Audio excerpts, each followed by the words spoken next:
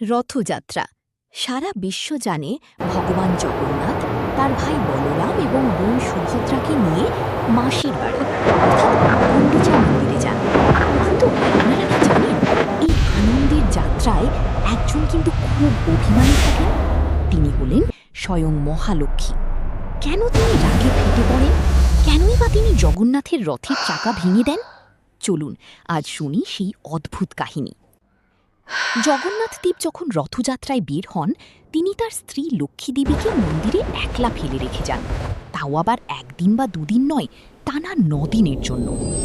লক্ষ্মী দেবী প্রথম কয়েকদিন অপেক্ষা করেন, ভাবেন প্রভু হয়তো তাড়াতাড়ি ফিরবেন। কিন্তু ৫ দিন পার হয়ে গেলেও যখন জগন্নাথ ফিরেন না, তখন দেবীর ধৈর্য বাঁধ ভাঙে।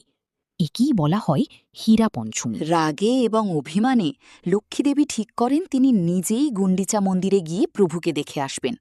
তিনি তার পালকিতে চেপে মন্দিরে পৌঁছান। কিন্তু সেখানে গিয়ে তিনি দেখেন জগন্নাথ দেব তার ভক্তদের নিয়ে আনন্দে মজে আছেন। এতে দেবীর রাগ আরও বেড়ে যায়। তিনি মনে করেন প্রভু তাকে ভুলেই গেছেন। অভিমানে দেবী লক্ষ্মী তার সেবকদের আদেশ দেন জগন্নাথের প্রধান রথ নন্দীঘোষের একটি অংশ ভেঙে দিতে, যেখানে স্ত্রী তার স্বামীকে মনে করিয়ে দিচ্ছেন যে বাড়িতে কেউ তার জন্য অপেক্ষা করছে। এরপর দেবী রাগ করে মন্দির থেকে ফিরে আসেন এবং প্রধান মন্দিরের দরজা বন্ধ করে দেন।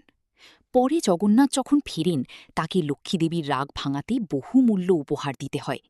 এই মিষ্টি ঝগড়া আর অভিমানই তো জগন্নাথ সংস্কৃতির আসল সৌন্দর্য। ভক্ত আর ভগবানের মাঝে এই মানবিক সম্পর্কই শ্রীক্ষেত্রকে অনন্য করে তুলেছে। জয় জগন্নাথ।